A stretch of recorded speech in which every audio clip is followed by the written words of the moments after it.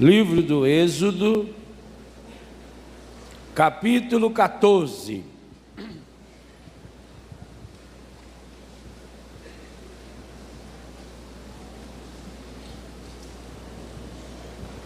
O povo de Deus, escravo no Egito, é chamado agora a fazer a experiência de uma vida nova.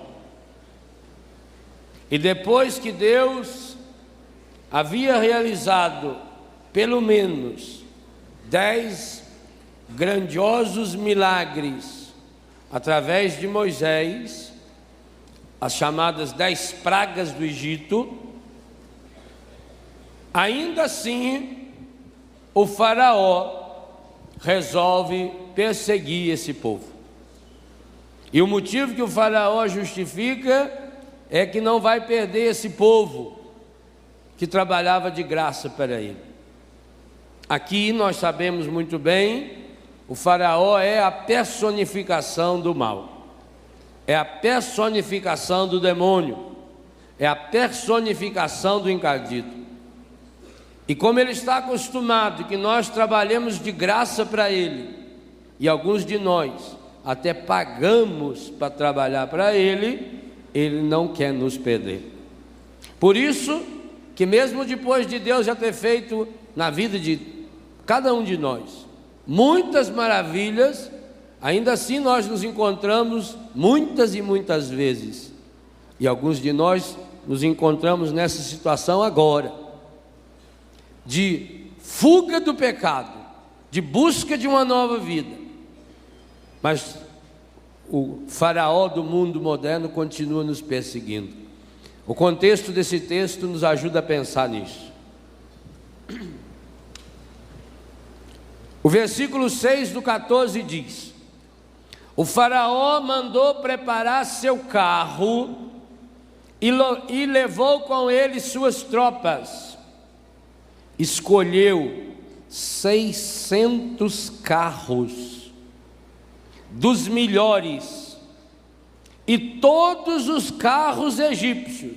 Então quantos carros tinha? 600 dos melhores. E ainda todos os carros dos egípcios. Nós não sabemos quanto, 1.000, 2.000. Tem uma preposição aí, e todos os carros egípcios, com homens de guerra em cada um deles. Então eram milhares. Versículo 9: puseram-se os egípcios a persegui-los e alcançaram-nos em seu acampamento à beira-mar. Quando os egípcios enxergaram os judeus, eles estavam lá na beira-mar. Estava longe ainda. Por exemplo, quando eu vou para o aeroporto de Florianópolis, logo que eu passo Tijucas, ainda faltam uns 40 quilômetros até Florianópolis, mas já enxerga Florianópolis. Você vai fazendo curva até chegar lá. Se você estiver no sul da Espanha e tiver um dia claro, do outro lado você enxerga o norte da África. Mas para atravessar aquilo, não sei quantas horas vai. De barco até que vai rápido, quer ver nadando. Então quando aqui diz que eles alcançaram, é assim, eles viram eles lá na beira do mar, mas tinha ainda aí uns 30, 40 quilômetros. Aproximando-se o faraó, versículo 10, os israelitas, ao levantarem os olhos, portanto teve que olhar lá longe, estava longe ainda, viram os egípcios que vinham ao seu encalço. O que significa essa palavra? Em pé? Não, já falou que está de carro. Que vinha lá atrás deles. Eles não estavam lá fazendo piquenique, não. Eles não tinham ido fazer veraneio. Eles não estavam levando uma tula para passar um dia na praia, que nesse povo que aluga ônibus passa o dia inteiro lá na praia, comendo frango e larga aqueles ossos tudo lá na praia. Não passa nem bronzeador, não, eu quero voltar moreninho. Voto vermelho feito pimentão. viram os egípcios que vinham ao seu. O bicho está vindo na nossa direção. E o que aconteceu com eles? Segunda parte do versículo 10. Foram tomados de espanto. E o que fizeram? Invocaram o Senhor, clamando em alta voz. O que significa isso? Eles ficaram desesperados. Pensa bem, viu uma multidão daquela, o próprio faraó lá, o povo de Deus andando a pé, com alguns camelos velhos, carregando as tranqueiras, a velharada e as gordas que não aguentavam andar. E isso acabava ainda com os camelos mais ainda. E lá atrás o faraó, dele tinha 600 carros, mais os carros tudo dos egípcios. Eles ficaram tomados de espanto. Invocaram o Senhor clamando em alta voz. Clamaram a Deus e disseram o que para Moisés? Versículo 11. Aqui está a oração que o católico mais e melhor sabe fazer. Não havia porventura túmulos no Egito para que nos conduzisses a morrer no deserto? Por que nos fizeste isso, tirando-nos do Egito?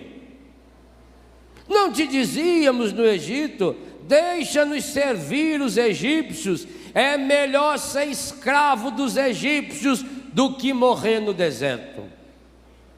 Meus irmãos e minhas irmãs, essa frase para mim é obstáculo número 1 para que experienciemos milagres. Nessa oração, os nossos antepassados mostram aquilo que nós também vivemos. Diante do problema, diante de um desafio, diante de uma dificuldade, a gente se desespera, a gente invoca clamando Deus, clama de Deus e reclama dos outros, e começa a olhar para trás. Veja como é que o demônio pode fazer isso na cabeça dos egípcios. Eles estavam vendo que o faraó e os egípcios estavam vindo no encalço deles. Eles tinham sofrido a vida inteira. O começo do Êxodo diz que Deus ouviu o clamor do povo. Eles não aguentavam mais, eles estavam sofrendo feito uns condenados. Eles tinham perdido a dignidade de pessoa, eles tinham perdido a dignidade de gente. Eles não podiam mais ter filhos. Quando nascia uma criança desse, o que tinha que fazer? Matar, eliminar as crianças. Moisés não foi morto porque a mãe dele foi muito inteligente ou safada, depende do ângulo de vista, e enganou a filha do faraó. Primeiro enganou os guardas, escondeu ela dentro de casa, o rapazinho. E depois pôs a irmã dele lá de butuca, fica olhando a hora que a faraona vinha lá tomar café, tomar banho. Você joga o menino, eu quero ver. Também ela foi inteligente. Ela não fez isso na hora que o faraó veio tomar banho. Fizesse isso na hora que o faraó veio tomar banho, já mandava matar ele mesmo, não valia nada.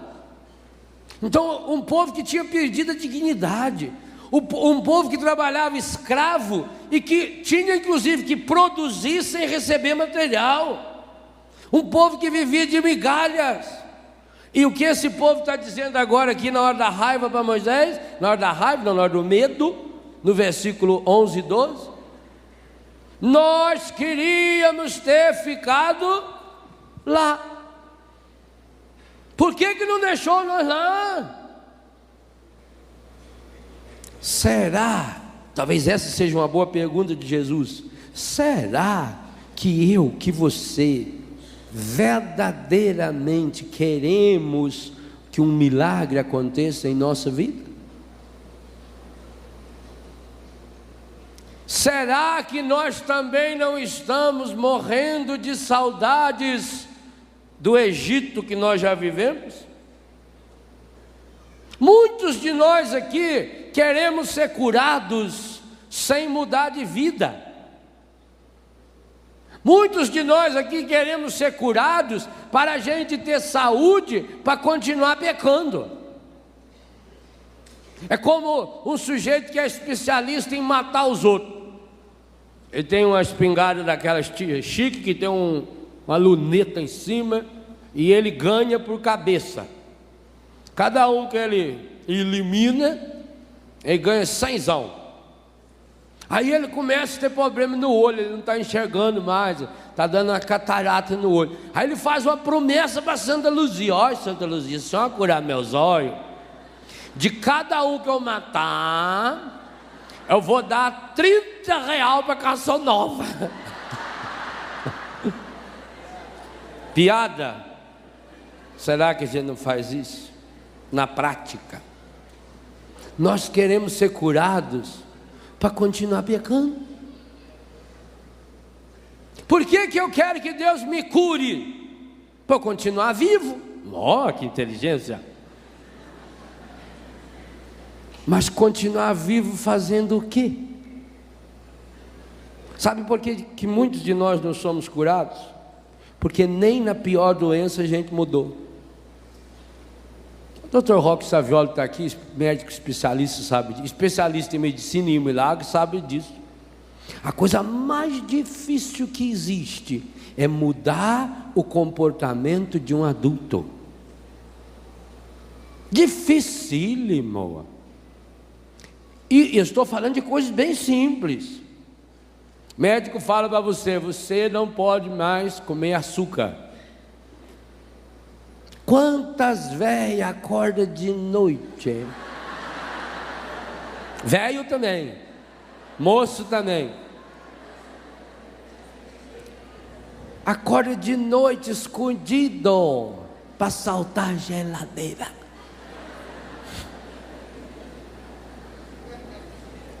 Ou não? A gente chega assim, pega, de repente já está lá na boca assim, disfarçando. Nunca mais comeu. Aí a senhora fez o exame, fez. Olha, falei para a senhora que a glicose da senhora está alta, né? Falou.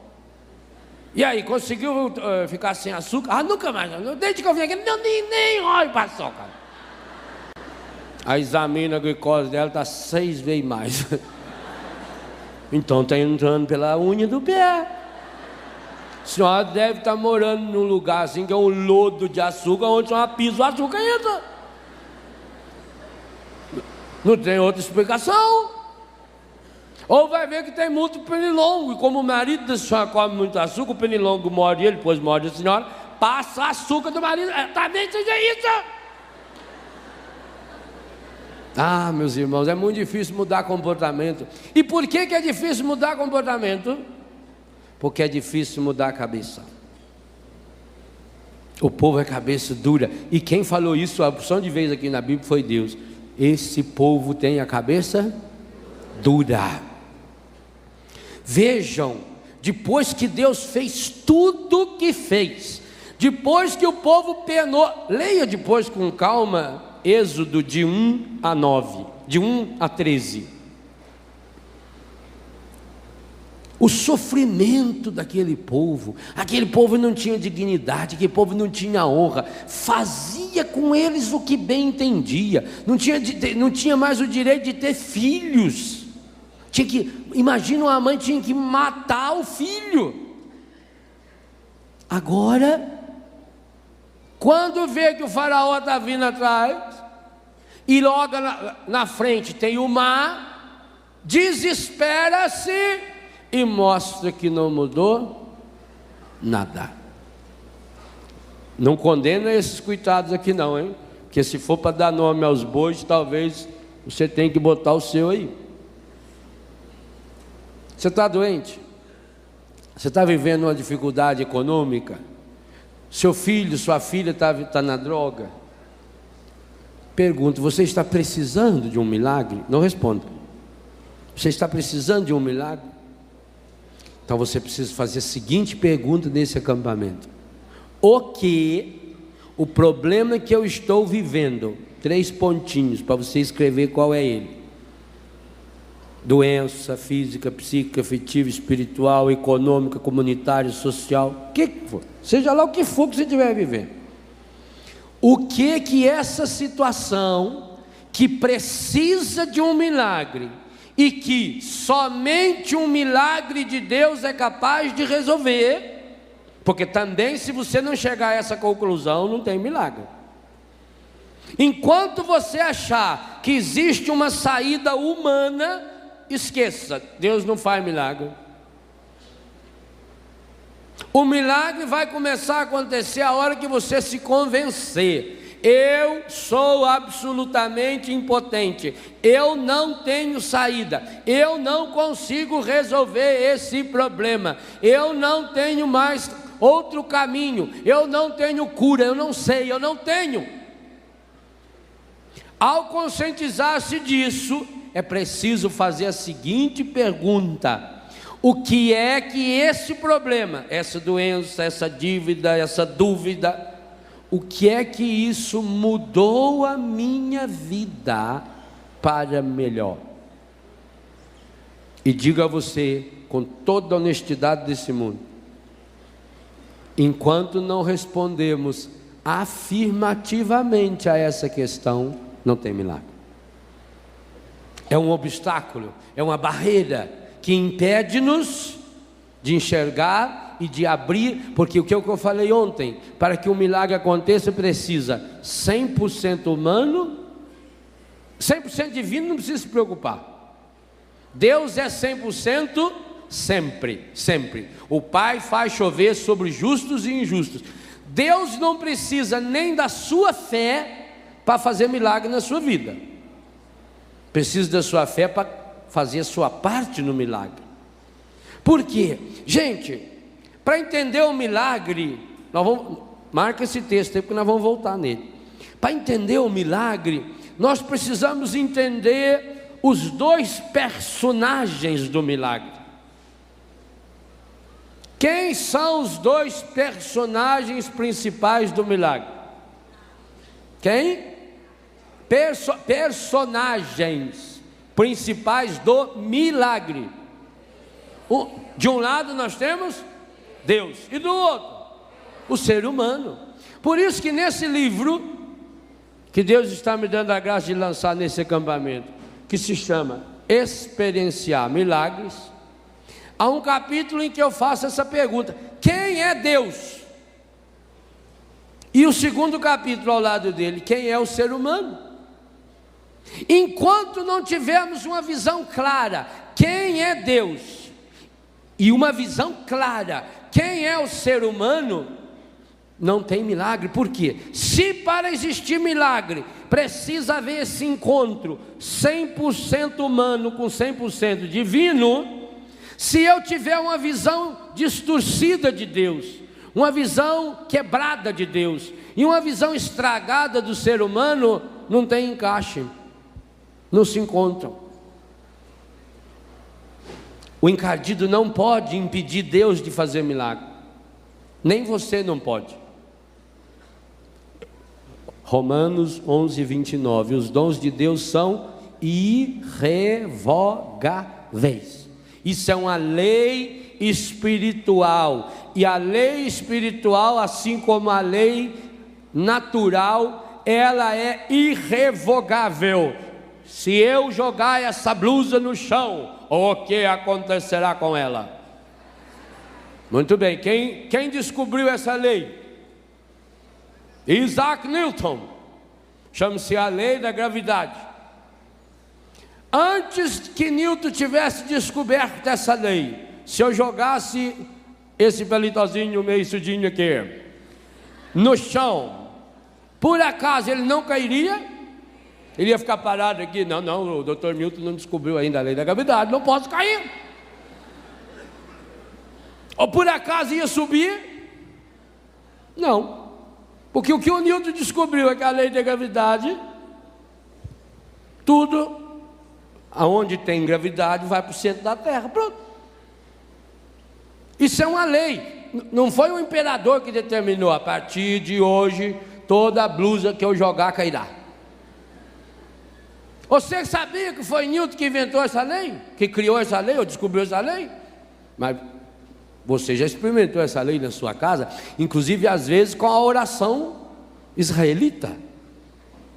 Quando derrubou aquele prato, quando quebrou aquele copo, e aquilo foi caindo, e você fez aquela oração linda, aquele louvor israelita, não foi?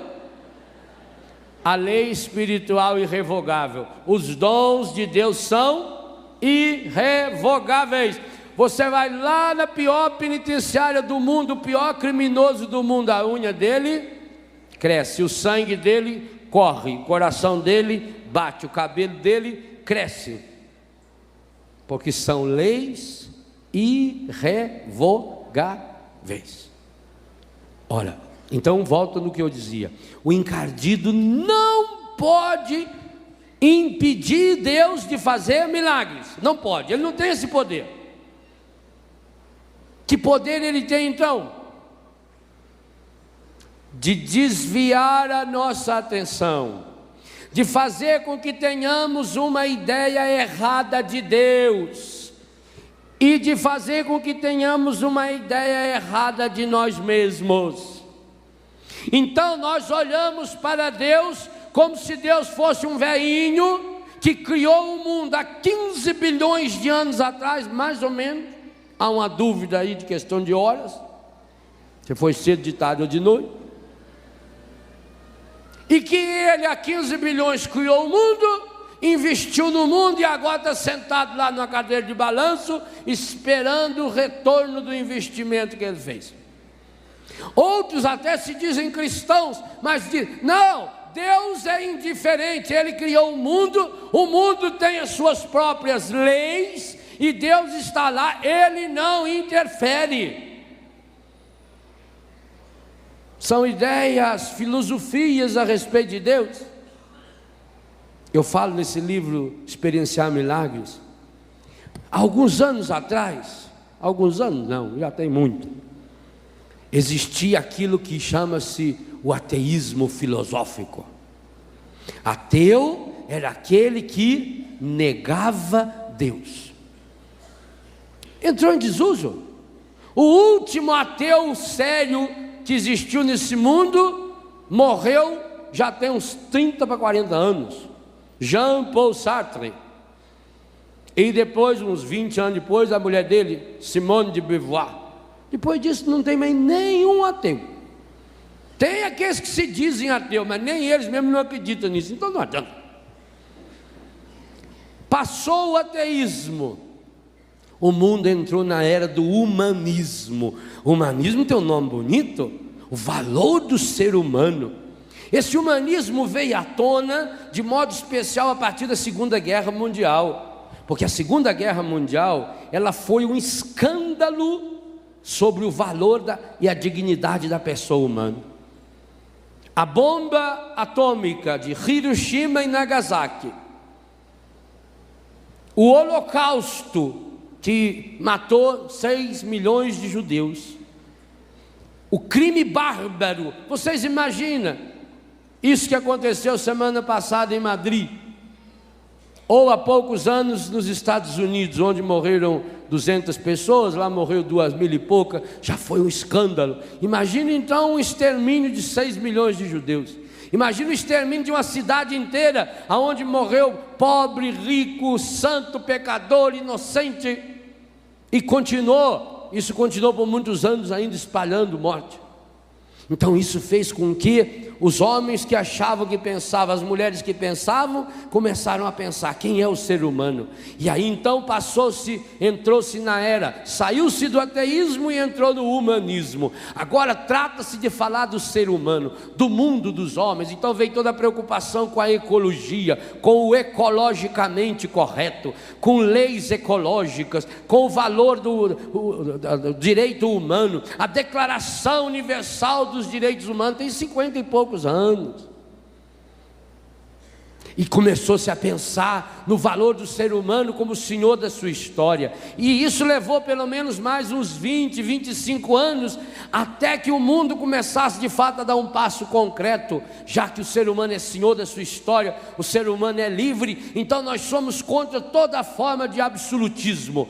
A começar do absolutismo político. Caíram-se as grandes potências absolutistas.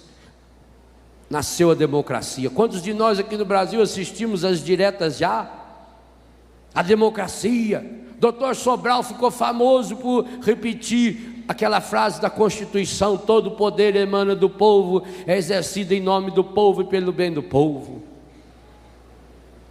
Os comícios das diretas, o povo saiu à rua. Isso tem 20 e poucos anos. Esse fenômeno aconteceu também na Europa. O leste europeu ainda demorou um pouco mais, teve o dedo de João Paulo. As ditaduras acabaram, a democracia, o povo tem que lutar pelos seus direitos, o povo tem que determinar a sua história. Veja, tudo isso é reflexo de um humanismo lindo e maravilhoso, só que ao lado dele veio se desenvolvendo não sei se é ciência, o que nós vamos chamar isso, mas veio se desenvolvendo uma filosofia prática chamada indiferença religiosa. E essa, meus irmãos e minhas irmãs, é a pior de todas as pragas que o ser humano moderno vive. Esse é o maior de todos os obstáculos. Preste atenção nessa frase que vou dizer agora. A indiferença religiosa é infinitamente pior do que o pior de todos os pecados. Porque com um pecado grande ou pequeno, Deus tem o que fazer. Com um indiferente, Deus não tem o que fazer. A indiferença religiosa, enquanto o ateísmo nega Deus, a indiferença religiosa não está nem aí para Deus. Ela não nega Deus, ela afirma a própria pessoa. A pessoa passa a olhar para si, a pessoa se coloca como referência de vida. Exatamente o que fez a oração e a reclamação dos israelitas. Por que não deixou nós lá? Nós estávamos muito bem lá, nós podíamos continuar lá escravo. O que tem que estava estuprando nossas mulheres, matando nossos filhos? O que tem que nós estávamos comendo aquelas porcarias? Não, porque na hora do perigo, veja o que o demônio é terrível. Quantos de nós aqui, na hora de uma doença, na hora de uma dor, na hora de um problema, ainda nos revoltamos contra Deus? Quantos de nós, oh meu Deus, por que isso foi me acontecer, meu Deus? Que adiantou rezar? Que adiantou fazer promessa? Tanta gente ruim nesse mundo, por que foi levar logo ele que é tão bom? Ele se revolta, e Deus olha e fala: ô anta, se nem com um problema você aprende, quando é que você vai aprender? Se nem com a doença você está aprendendo, quando é que você vai aprender? A doença te fez melhor? Não? Então, tchau. Não vai ter milagre para você? A doença te fez mais humano? A doença te fez menos mesquinho? A doença te fez mais humilde? Mais verdadeiro? Eu cuidei alguns anos de Dom Couto, que foi bispo de Taubaté. Pelo menos durante 4 anos eu cuidei dele, e fiz questão absoluta de continuar cuidando dele, até mesmo no ano da minha ordenação. 1 semana por mês eu passava com ele, das 5 da manhã até 9h30, 10 horas da noite. Tudo. Ele era paralisado de um lado, então você tinha que dar banho, levar no banheiro, limpá-lo, secá-lo, pôr roupa, colocar talco porque assava muito. E para mim era a maior de todas as aulas de teologia, era aquela semana. A docilidade de Dom Couto, um bispo da igreja.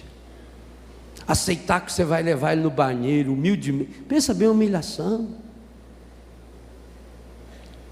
Com dificuldade falava, terminei, para você ir lá arrumar um papel e passar, feito uma mãe faz numa criança, um bispo da igreja. De não conseguir dar passo, para dar um passinho você tinha que segurar com calma. De ficar nu, e você secando e colocando talco nele, principalmente nas regiões genitais, nas nádegas, porque era onde assava.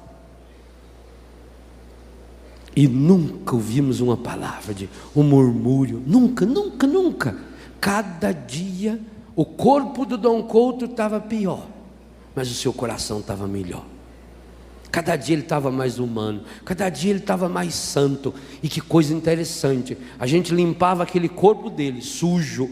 Você sabe, uma pessoa que toma muito remédio, o remédio sai nas fezes, na urina, que ele tem um fedor medonho, terrível. Não é assim? É. Pois cada vez a gente via menos o corpo estragado, e via aquela alma linda dele, linda, linda, linda, linda. Eu tive a grande graça, o dia da minha ordenação, além do bispo que me ordenou, Dom Opperman, estava Dom Couto. Precisou da ajuda do Dom Opperman para levantar a mãozinha esquerda, porque ele era mole. A única mão que eu sei que quando pôs na minha cabeça foi a dele. Tinham 50 padres, 2 bispos, ficava com os olhos fechados. A hora que ele pôs a mão eu sabia que era dele, porque era aquela mão pesada assim, fria. A doença foi melhorando a cada dia, o corpo foi piorando cada dia, e foi piorando muito. Depois ainda ele levou alguns anos até morrer, e piorou muito. Babava, já não conseguia comer direito, já não conseguia dormir direito, mas a alma estava cada dia melhor. Então eu queria perguntar isso a você hoje, meu irmão: a sua doença, a sua dívida. Quantas pessoas, quando vem uma dívida, uma desgraça, piora? Quanta gente, quando perde um emprego, vai para o boteco beber? Nós precisamos fazer economia. O maço de cigarro continua no bolso. Está desempregado, continua fumando. Aí Deus olha, e a pessoa fala: ai meu Deus, me ajuda a arrumar um emprego. Aí Deus olha e fala: não está precisando não. Pois enquanto tem 1 bilhão de pessoas passando fome, ele está queimando dinheiro, ele é louco, não ganha dinheiro e queima dinheiro, é problemático. Você melhorou? Ou você pega o prato de comida e reclama? Mas eu não consigo comer. E não vai conseguir mesmo. Talvez na hora que viesse aquele prato de comida que você não consegue comer, começasse a agradecer a Deus, mudaria. Não Deus. Deus não precisa mudar, gente. A oração não é para mudar Deus. A oração é para mudar-me. O encadido vai se enfiando. Eu já dei essa definição dele. Demônio, diabolos, é aquele que se atravessa, é aquele que se põe no meio entre nós e Deus. Porque se ele sai do meio, o que acontece? Há o encontro, e quando há o encontro, por pior que seja o seu problema, quando acontece o encontro com Deus, acabou o problema, acabou.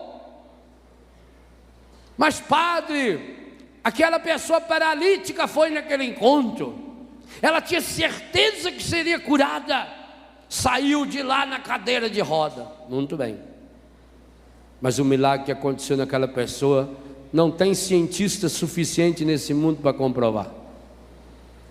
Quantas pessoas foram no encontro de cadeira de roda, voltaram na cadeira de roda, só que agora voltaram voando, porque voltaram com a alma, ganharam uma alegria que Prozac nenhum nesse mundo resolve. Não existe cientista suficiente nesse mundo, e eu tenho um capítulo especial nesse livro, Ciência e Fé. Não existe cientista suficiente nesse mundo para comprovar a causa da alegria que nasceu no coração dessa pessoa. É uma alegria que ninguém mais tira. Pior ainda, a doença aumentou, agora além de estar na cadeira de roda, teve que cortar um pedaço do pé, um pedaço da perna, amputou a outra perna.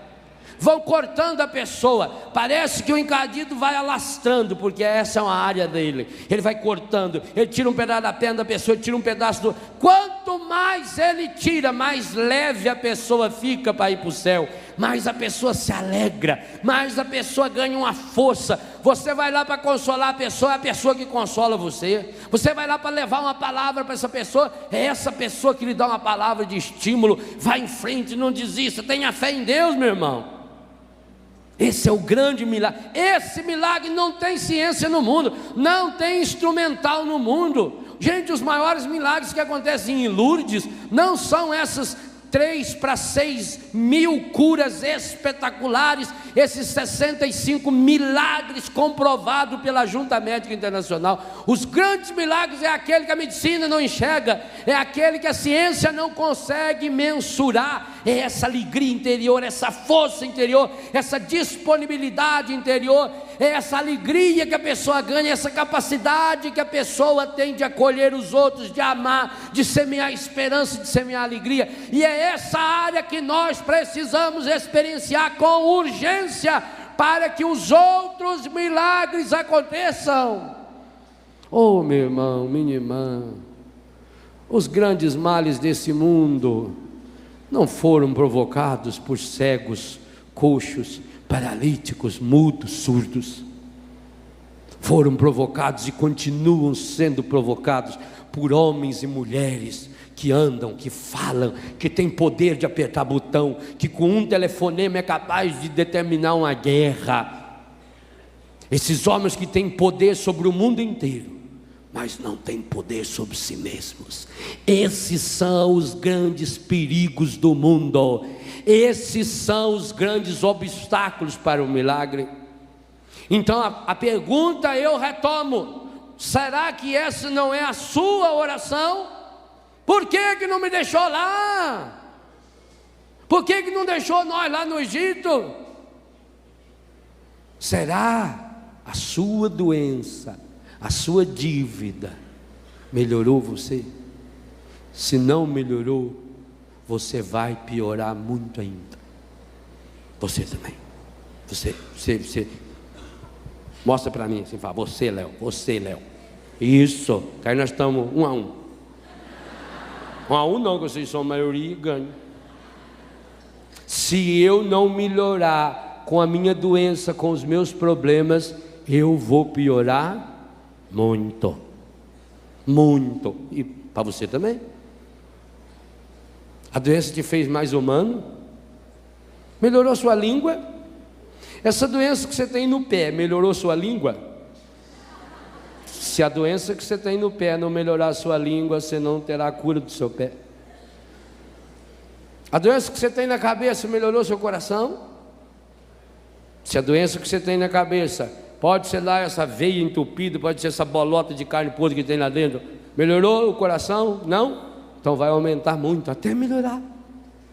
E tomara a Deus que aumente mesmo, porque, oh meu Deus, tomara que a gente consiga melhorar.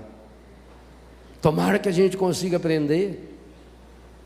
Olha, burdoada, essa é a oração minha e sua. Moisés respondeu ao povo, e responde hoje a essa multidão aqui, e a essa multidão espalhada mundo afora: não temais, com exclamação ainda, tende ânimo, e, leiam aí, leiam.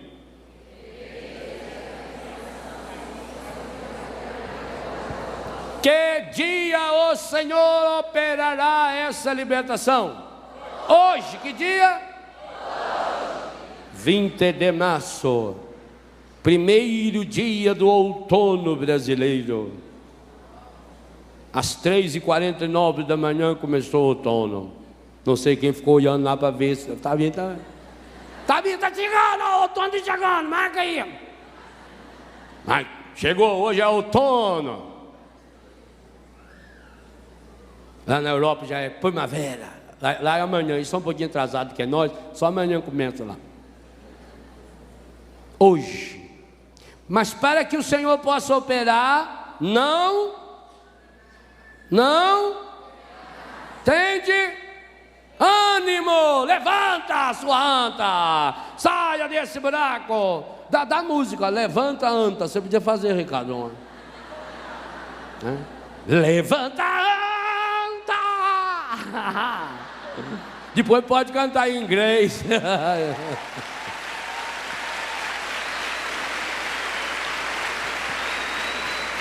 Levanta. Rima.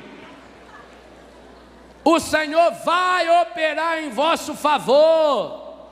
Os egípcios que hoje vedes, não os tornareis a ver jamais. Mas para que você não veja fora, primeiro você precisa tirar eles de dentro. Gente, o esquema que vai seguir é fabuloso.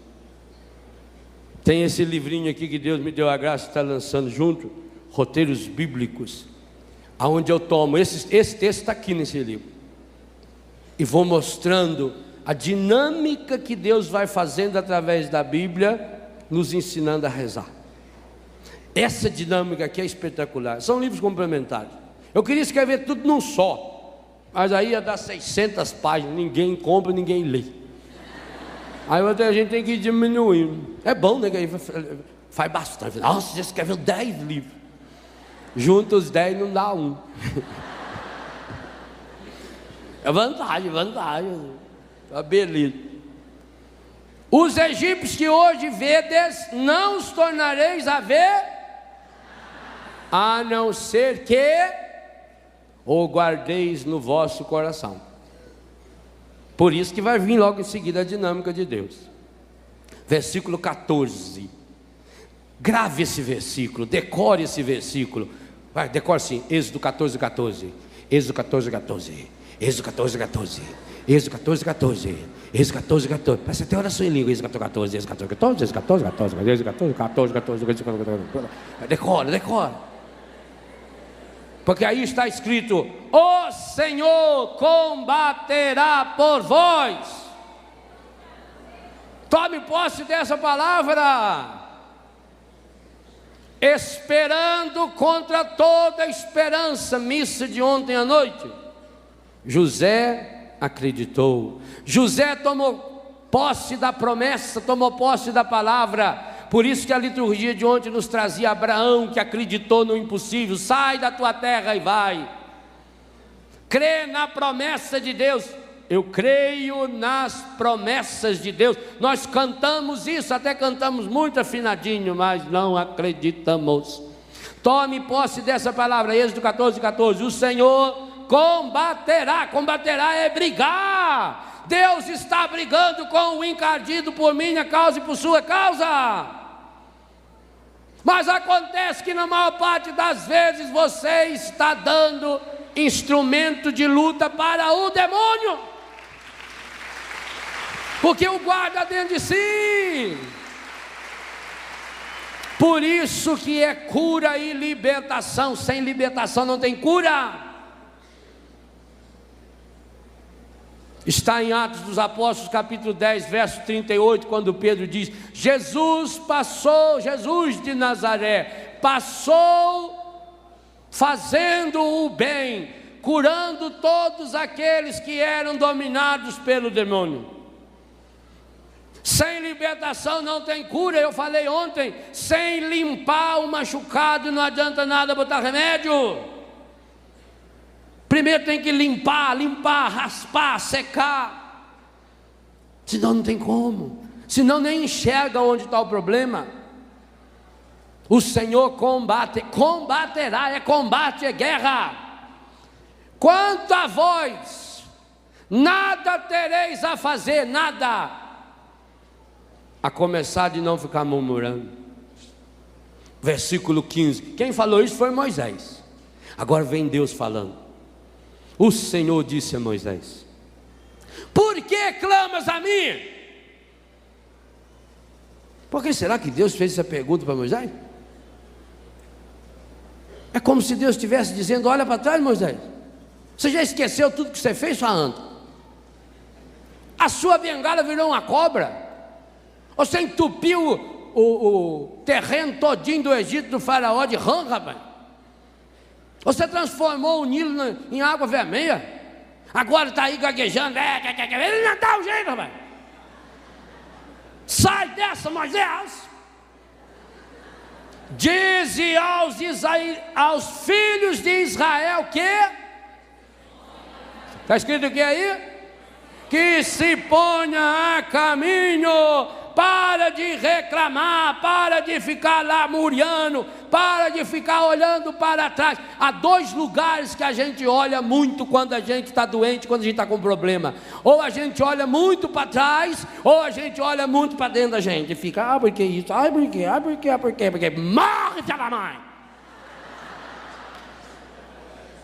Que se ponha a andar.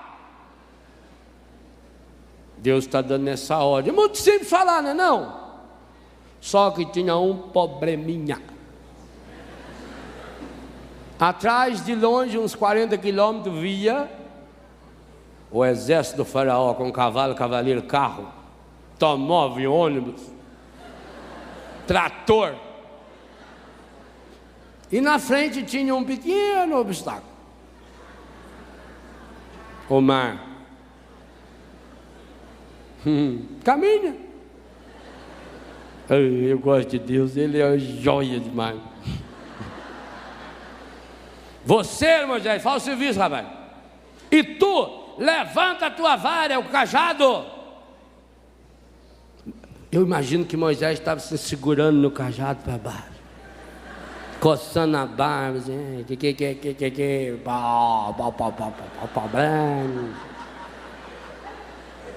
levanta a mão sobre o mar e fere-o,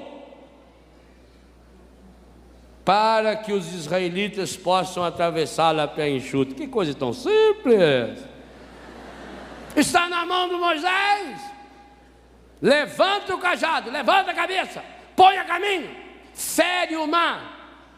Ao menos põe, Moisés, ao menos dá uma chance. Entra no mar, senão não tem como abrir. Porque falou que os israelitas iam atravessar o pé enxuto, mas Moisés teve que molhar o pé e a mão, não teve? Alguém vai ter que molhar o pé e a mão para que você possa atravessar esse mar a pé enxuto. Versículo 19. O anjo de Deus, que marchava à frente do exército dos israelitas, mudou de lugar e passou para trás. Eu acho isso espetacular. Oh meu Deus, eu não estou vendo mais o Senhor.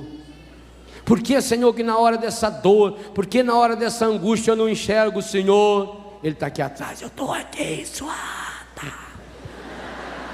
Eu estou segurando aqui a Santa Maior lá. Por isso que ele se pôs para trás. O anjo de Deus que marchava à frente. O que adiantava ele marchar à frente? Agora o povo parou, empacou. Burro empacado, quanto mais você dá nele, mais ele empaca. Mudou de lugar, passou para trás. A coluna de nuvem que os precedia pôs-se de trás deles, entre o acampamento dos egípcios e o de Israel. Era obscura e alumiava a noite, e não puderam aproximar-se um do outro durante a noite. Que noite foi essa? São João da Cruz vai escrever sobre a noite escura. Imagine, gente, essa noite. O que será que estava na cabeça dos israelitas? Eles não estavam enxergando nada, mas eles são tão bestas que eles eram bem capazes de achar que os egípcios estivessem enxergando e que estavam vindo na direção deles. Não é assim que nós fazemos? Quando você está no problema, você não imagina sempre o pior? Eles estavam em que lugar mesmo? Que lugar estavam os israelitas? Na beira da praia, lugar muito silencioso. Cada barulho de onda, cada onda que quebrava, a perna deles tremia. Ai, meu, é isso, estou chegando. Ai, meu Deus do céu. Vai lá na beira do mar escuro e fica escutando para você ver. Vai uma pessoa medrosa, morre. Qualquer barulho a pessoa já acha que é assombração, não sei mais, estão gastando corrente aqui em cima. É morcego andando lá. É gambazinho que fez ninho, você já está achando que é assombração. Moisés estendeu a mão sobre o mar. O Senhor fê-lo recuar com um vento impetuoso. Misericórdia. Além do barulho do mar, agora tinha um outro barulhinho. Um vento impetuoso. O que é impetuoso? Forte, que causa ímpeto. Aonde estavam os israelitas? Na beira do mar. E quando venta muito na beira do mar, o que acontece? A água salgada vem nos olhos da gente.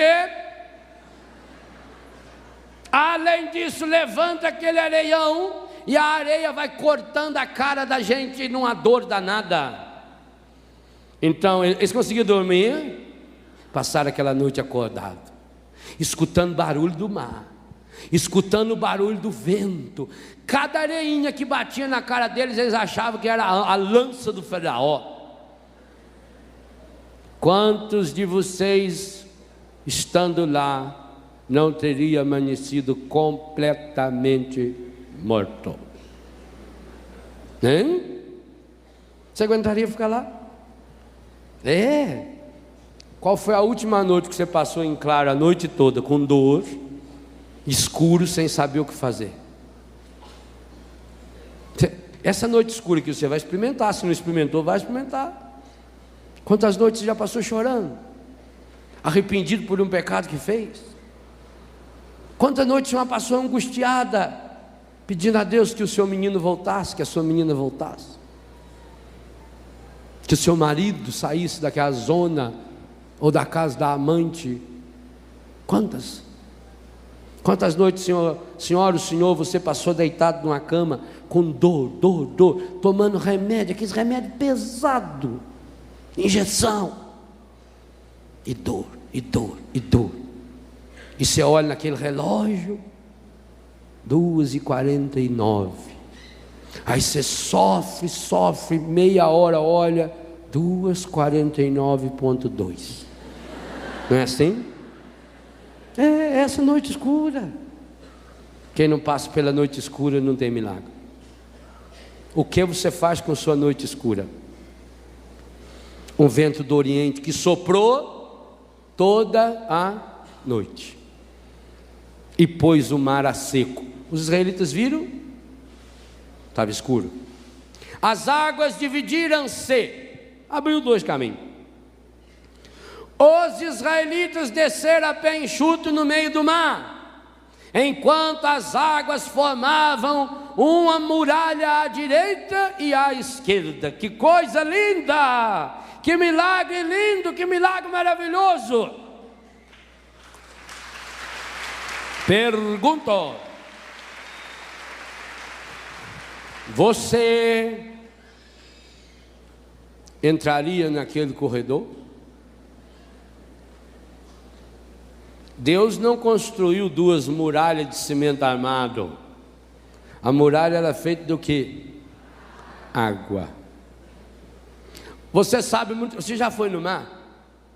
Já entrou no mar? Foi no Rio de Janeiro, então, mais rápido ainda, né? Porque eles encheram aquilo de areia, você chega lá e faz de uma vez. Você vai entrando no mar, o que vai acontecendo? O mar vai afundando, não vai? Você vai diminuindo. Daqui a pouco, mamãe, ai, que... Tem hora que você só está assim, glup. Nessa hora, cante: se as águas do mar da vida, segura na mão de Deus e vai. É assim? Então, você vai entrando no mar, o mar é pirambeira, e vai fazendo, lá no meio o bicho é fundo. Dá 18, 20, 30, 40. Agora no Rio de Janeiro estão fundando ali na beira do cais, para chegar uns naviozão lá, só ali precisa ter 12 metros, 13, 14, vai afundando. Então você imagina, só imagina assim, um paredão de 30, 40, 50 metros de altura. 50 metros de altura é mais ou menos um prédio, uns 20 andares, 30 andares. Um prédio, dos dois lados, aquele corredor assim.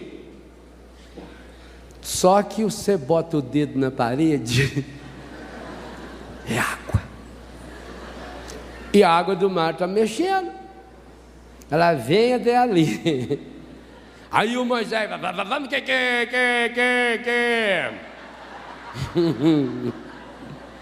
Aí você entra. Você já deve ter entrado num corredor, já viu uma coisa. Quando você está mais ou menos no meio do corredor, você olha, você tem a impressão que ele está fechando. Não tem? E aí você olha para trás, tem a mesma impressão que ele está. Aí meio desesperado, fala assim, você já notou?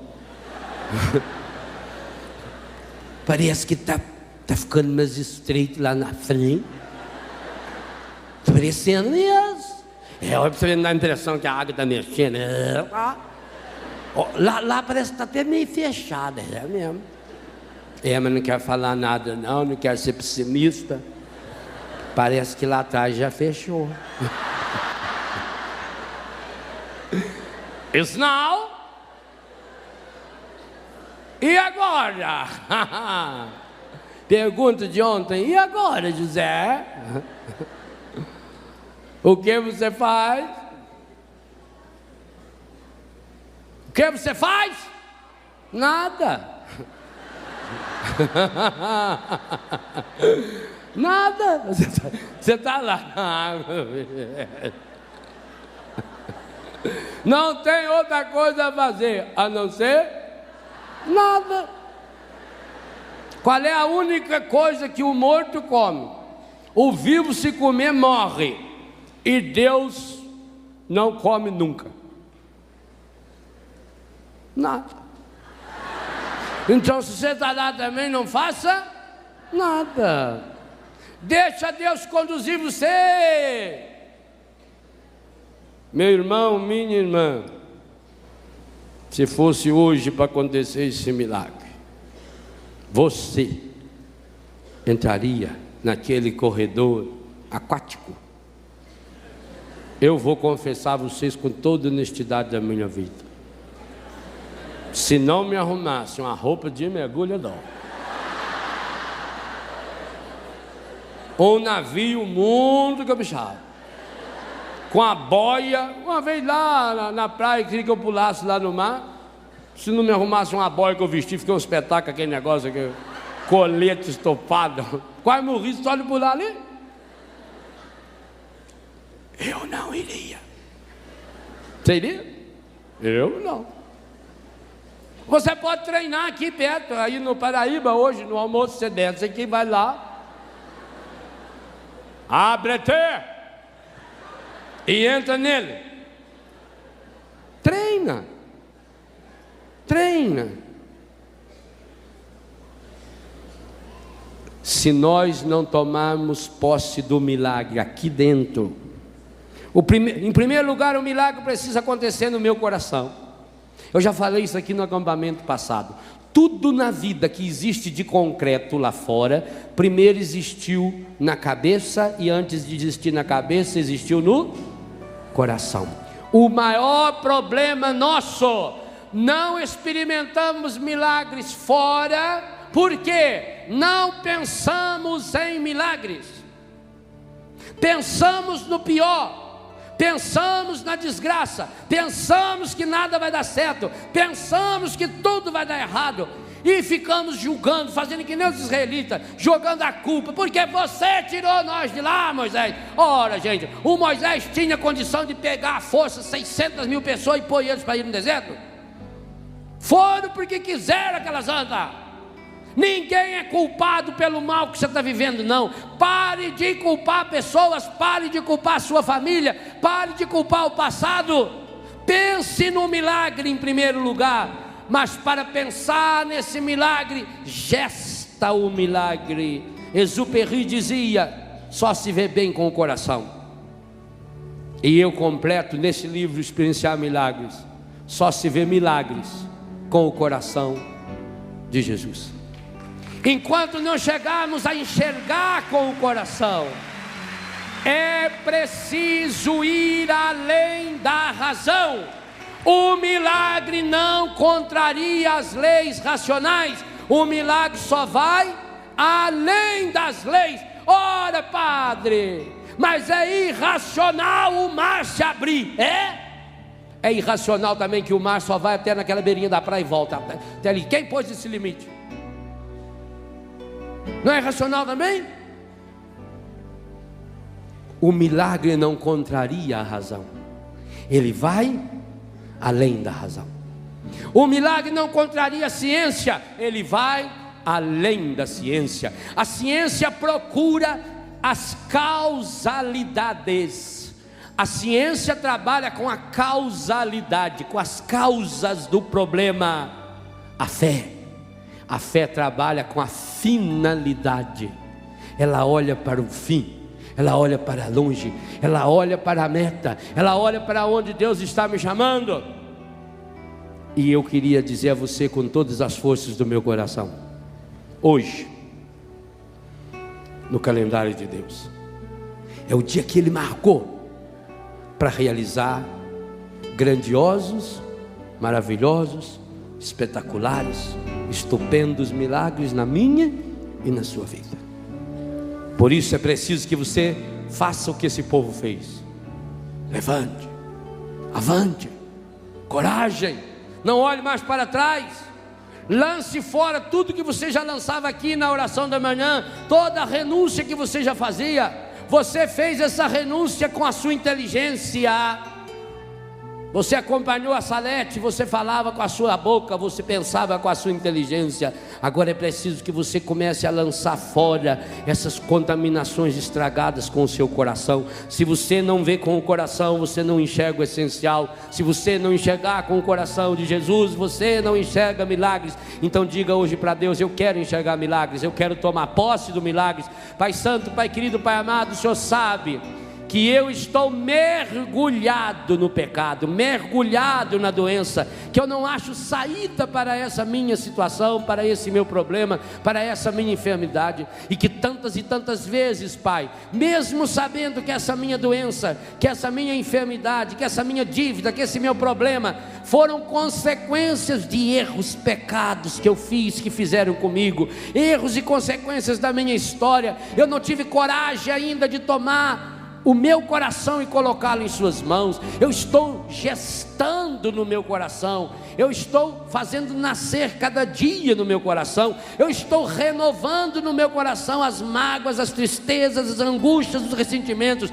Senhor, eu quero me confessar nessa manhã de que a minha doença está me transformando numa pessoa pior, a minha doença está me transformando numa pessoa insuportável, a minha doença está me transformando numa pessoa amarga, a minha doença está me transformando numa pessoa cada dia mais dolorida, a minha doença está me impedindo, ó Pai, de enxergar que o Senhor até hoje está cuidando de mim, cuidando da minha vida, e que eu não tenha coragem de abrir-me porque eu estou fechado. Senhor, por tua misericórdia, o Senhor abriu o mar para esse povo passar. Abra os meus olhos, Senhor, abra os olhos do meu coração, Senhor. Eu preciso de milagres, e para experienciá-los eu preciso enxergar milagres, eu preciso acreditar nos milagres, eu preciso ajudar a construir esses milagres. E eu quero, Senhor, eu estou aqui porque eu quero, Senhor, porque eu preciso, Senhor, eu necessito, Senhor, mas eu não quero ser egoísta. Por favor, coloque-se de pé.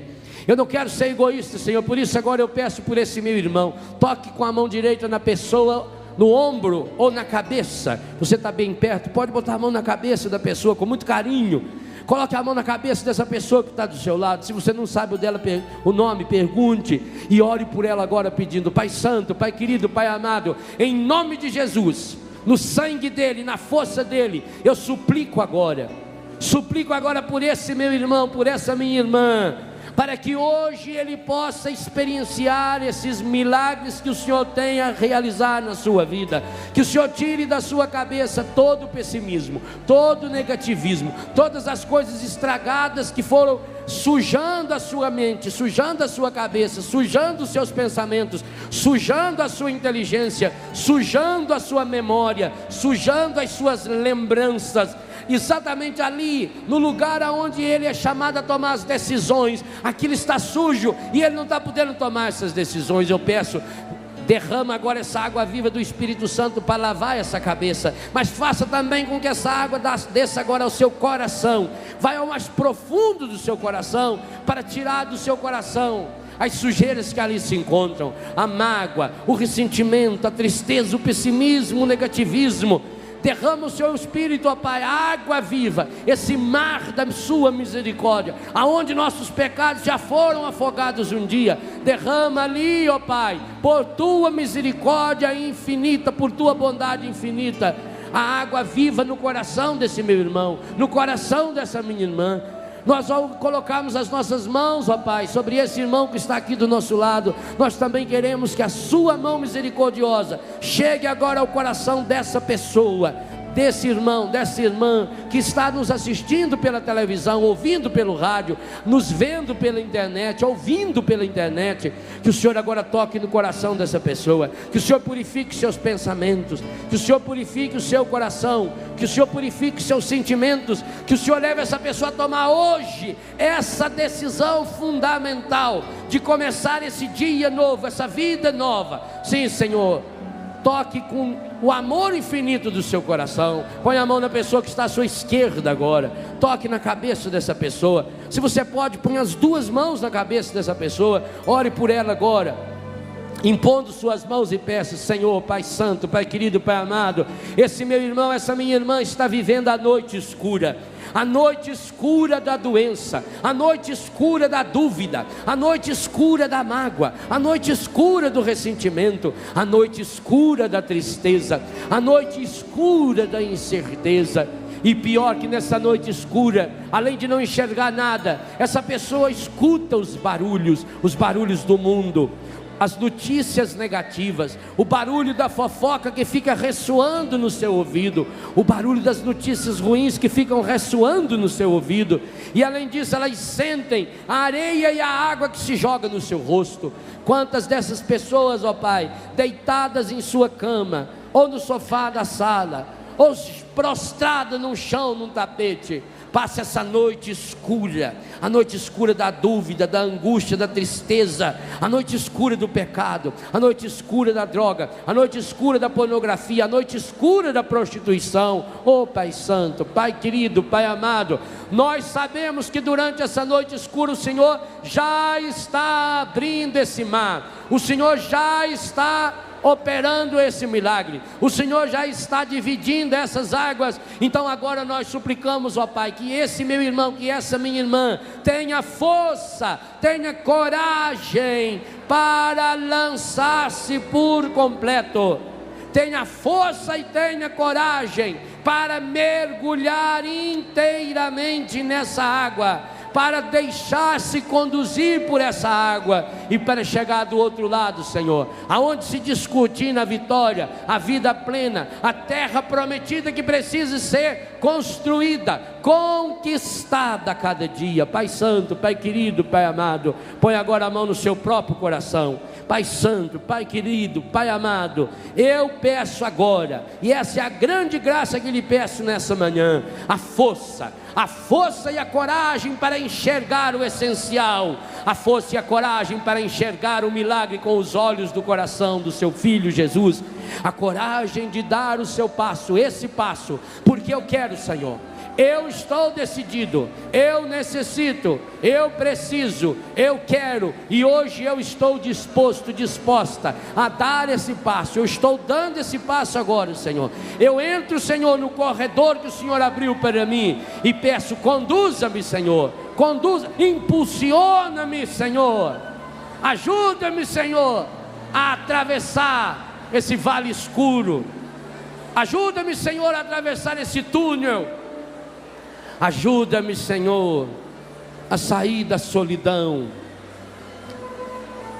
Meu irmão, minha irmã, se aquele israelita tivesse sozinho, ele não atravessaria esse mar. Se aqueles israelitas tivessem outra saída, eles não entrariam no mar. Mas quando viram que não tinha outra saída, porque se voltassem, o exército estava lá esperando, só tinha aquela saída aberta por Deus. Assim também hoje, peça essa graça, a graça de se convencer: eu não tenho outra saída. Eu não posso voltar mais para aquela vida que eu vivia. Eu não posso mais voltar para o meu pecado. Eu não posso mais voltar, porque lá está me esperando, lá na minha terra, na minha cidade, na minha casa, lá está me esperando o exército do faraó, montado nos cavalos e cavaleiros do ódio, do ciúme, da inveja, da pornografia, da violência, dos vícios. Eu não posso voltar, porque se eu voltar, e eu tenho saudade, Senhor, o Senhor sabe que eu tenho saudade. Se eu voltar, Senhor, eles vão continuar me matando. Dá-me, Senhor, a graça de acolher o novo, porque Tu és o Deus do novo, o Deus dos milagres, o Deus da vida plena. Eu preciso ser amado, e amar, ser perdoado. Estenda sua mão para o alto. O caminho é Jesus, o caminho é Jesus, o caminho é Jesus. O caminho é Jesus, o caminho é Jesus, o caminho é Jesus. Eu procuro a verdade, eu procuro a verdade, ver a Deus eternidade, ver a Deus eternidade.